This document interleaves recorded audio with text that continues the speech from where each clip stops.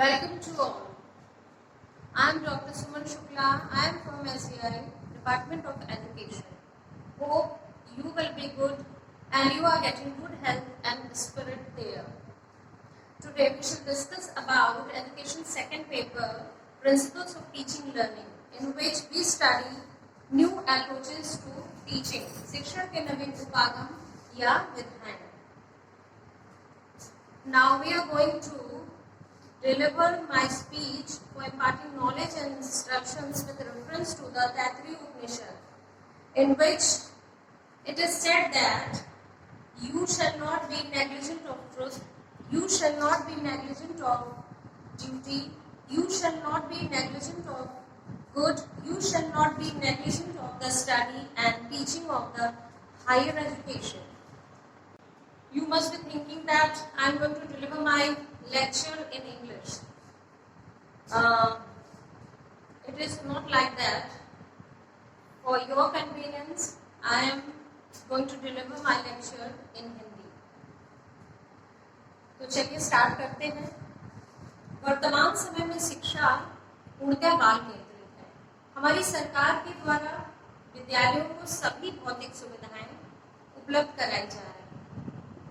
नई पीढ़ियों की शैक्षिक आवश्यकताओं को पूरा करने के लिए सभी शिक्षकों के लिए नवीन शिक्षा एक आवश्यकता है. हालांकि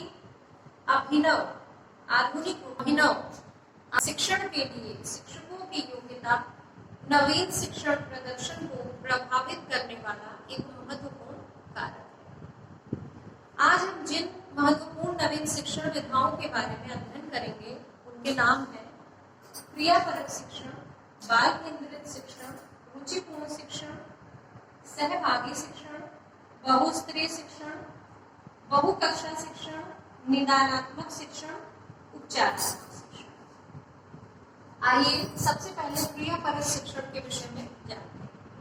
क्रियापरक शिक्षण से अभिप्राय ऐसे शिक्षण से है जिसमें बालक को क्रिया के माध्यम से ज्ञान प्रदान किया जाता है. इस शिक्षण विधि में बालक का शरीर और मस्तिष्क दोनों कार्य करते हैं. शिक्षा शास्त्री कॉमेलियस के अकॉर्डिंग शिक्षण व्यवस्था ऐसी होनी चाहिए जिसमें बालक को क्रिया के माध्यम से ज्ञान प्राप्त करवाया जाए या ज्ञान प्रदान किया जाए. क्रियापरक शिक्षण को निम्न नामों से भी जानते हैं, जैसे खेल विधि, किंडरगार्टन विधि, मॉन्टेसरी विधि, प्रोजेक्ट विधि और डाल्टन विधि. खेल विधि तो आप सब इससे परिचित हैं. खेल विधि यानी खेल खेल में सीखना. किंडरगार्टन विधि, इसमें छोटे बच्चों के लिए ये शिक्षा का एक रूप है. बच्चों को रचनात्मक खेल और सामाजिक बातचीत के माध्यम से शिक्षा दी जाती है. यह 6 से 7 साल की उम्र के बच्चों के लिए है. इसे हम बालवाड़ी, नर्सरी या प्ले ग्रुप और प्री स्कूल कई नामों से जानते हैं.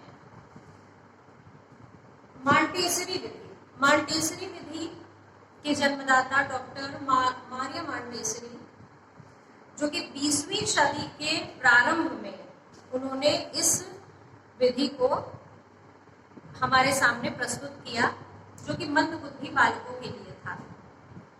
इन्होंने रोम की यूनिवर्सिटी में वहाँ पे एज ए डॉक्टर ये वहाँ पे वर्क कर रही थी. वहाँ पे इन्होंने मंदबुद्धि बालकों का उपचार किया और उसके उपरांत इनके मन में एक विचार आया कि क्यों ना इन बच्चों की शिक्षा के विषय में सोचा जाए.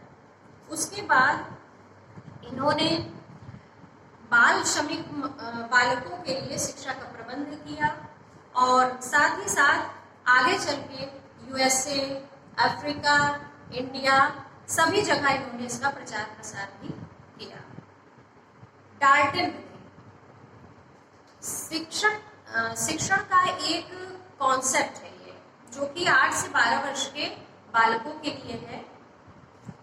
इसका उद्भव 1912 ईस्वी में USA की हेलन पाकिस्ट ने किया और इन्होंने अपने दत्तक पुत्र के साथ मिलकर के इसका प्रचार और प्रसार किया.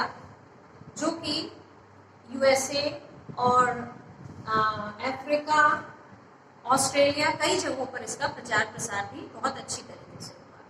प्रोजेक्ट विधि को सभी जानते हैं, जिसमें हम मॉडल स्ट्रक्चर्स बनाते हैं, कोई एक उद्देश्य लेकर के और इसको बनाते हैं। इसका ज्ञान सभी बच्चों को है। आइए चलते हैं बाल केंद्रित शिक्षण के लिए। बाल केंद्रित शिक्षण, आपको नाम से ही इसका परिचय हो गया है कि इस शिक्षण की प्रक्रिया में इसका अभिप्राय ऐसे शिक्षण से है जिसमें बालक को केंद्र बिंदु मानकर विषय वस्तु यानी कंटेंट का निर्धारण किया जाता है। इसमें बालक की रुचियों एवं आवश्यकताओं के अनुसार शिक्षण कार्य प्रारंभ किया जाता है। इसका मुख्य उद्देश्य बालक का सर्वांगीण विकास करना। रुचिपूर्ण शिक्षण, रुचिपूर्ण शिक्षण का अभिप्राय ऐसे शिक्षण से है जिसमें बालक को उसकी रुचियों एवं आवश्यकताओं के अनुसार खेल खेल में सिखाया जाता है। इसका मुख्य उद्देश्य बालक में सृजनात्मकता का विकास करना है। सृजनात्मकता का विकास, जैसे बालक खुद उस कार्य को करेगा तो उसे अनुभव मिलेगा। अनुभव के पश्चात जब उस कार्य में वो निपुण हो जाएगा तो उसे नवीन ज्ञान प्राप्त होगा, जिसके माध्यम से मौलिकता और नवीनता दोनों आएगी। सहभागी शिक्षण, सहभागी शिक्षण शिक्षण की ऐसी प्रक्रिया है जिसमें शिक्षक और शिक्षार्थी की महत्वपूर्ण भूमिका होती है।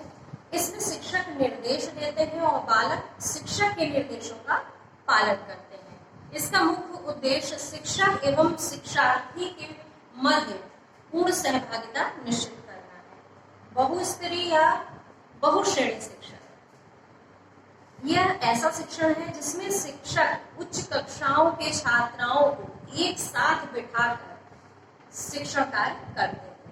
इसे छात्रों को की व्यक्तिगत भिन्नताओं का, इसमें छात्रों की व्यक्तिगत भिन्नताओं का बहुत ध्यान रखा जाता है और इसको ध्यान में रखकर ही शिक्षा दी जाती है। बहुकक्षा शिक्षण, बहुकक्षा शिक्षण का अभिप्राय ऐसे शिक्षण से है जिसमें एक अध्यापक एक कक्षा को न पढ़ा करके कई कक्षाओं को पढ़ाता है। इस प्रकार की शिक्षण क्रिया तभी की जाती है जब विद्यालयों में शिक्षकों की कमी होती है। इस शिक्षण में अध्यापक को मॉनिटर पर निर्भर रहना पड़ता है। आइए देखते हैं निदानात्मक शिक्षण। निदानात्मक शिक्षण वह शिक्षण है जिसमें बालक की शिक्षा से संबंधित त्रुटियों एवं कमजोरियों का पता लगाया जाता है एवं इन त्रुटियों एवं कमजोरियों को दूर करने के उपाय खोजे जाते हैं। आखिरी है हमारा उपचारात्मक शिक्षण, जिसमें यह वह शिक्षण है जो शैक्षिक रूप से पिछड़े बालकों के लिए उपयोगी है। इसमें शिक्षक शिक्षण के अंतर्गत बालकों की कठिनाइयों को जानकर उनको दूर करता है। निदानात्मक शिक्षण में त्रुटियों एवं कमजोरियों को दूर करता है और उनके उपाय भी खोजता है कि आगे ऐसी समस्याएं बच्चों के सामने ना आए। किंतु उपचारात्मक शिक्षण में शिक्षण के अंतर्गत उनको जो कठिनाइयां आ रही हैं बोलने में, समझने में, उनको जानकर उनको दूर करता है। इसी के साथ ही ये वीडियो यहीं तक। अगले वीडियो में फिर मिलते हैं। तब तक के लिए अपने और अपने परिवार का ख्याल रखिए, घर पर ही रहिए, सुरक्षित रहिए। नमस्कार।